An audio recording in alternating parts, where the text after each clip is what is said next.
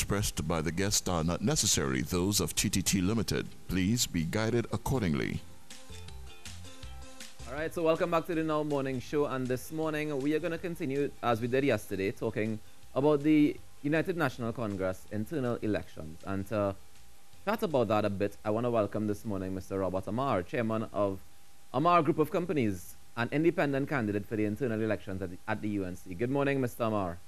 A very good morning to you and to the viewers and listeners of this program.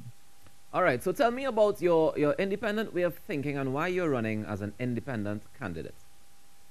Well, I think internal elections really should be about independence. Once we start bringing everybody together, we are in the same callaloo as we are in the parliament. You need to change the thinking.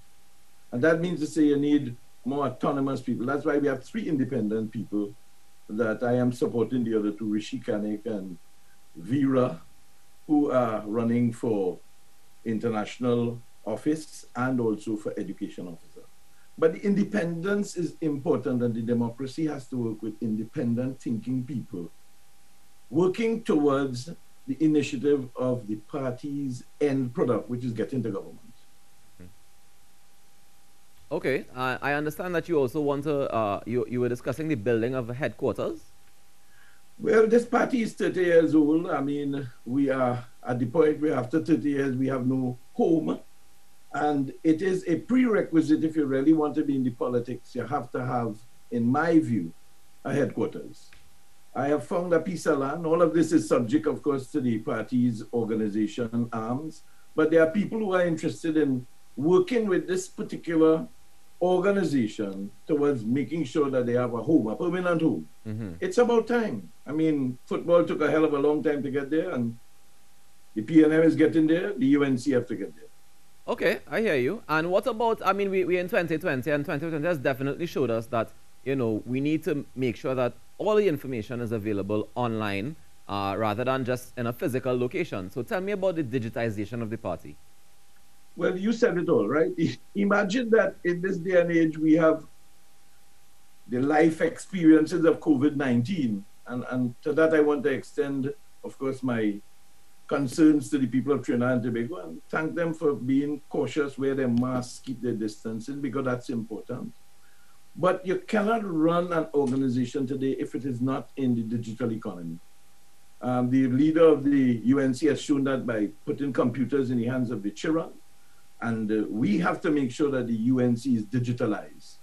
You can't be in this modern day and age and start to fill out a form and have to go to an office to collect a membership card. These things must come in the mail.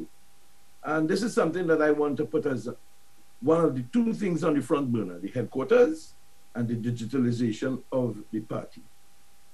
All right. And one of the things that always come up when people talk about elections would be, you know, funding and how the party is funded. Who funds the party and how do they recoup on that investment? Tell me about how you think the party can engage in its own fundraising.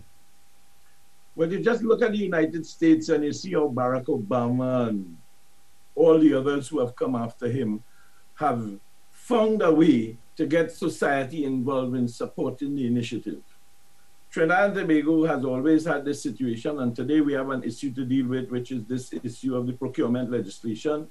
And I hope really and truly that the government doesn't get its way, but obviously we can't tell.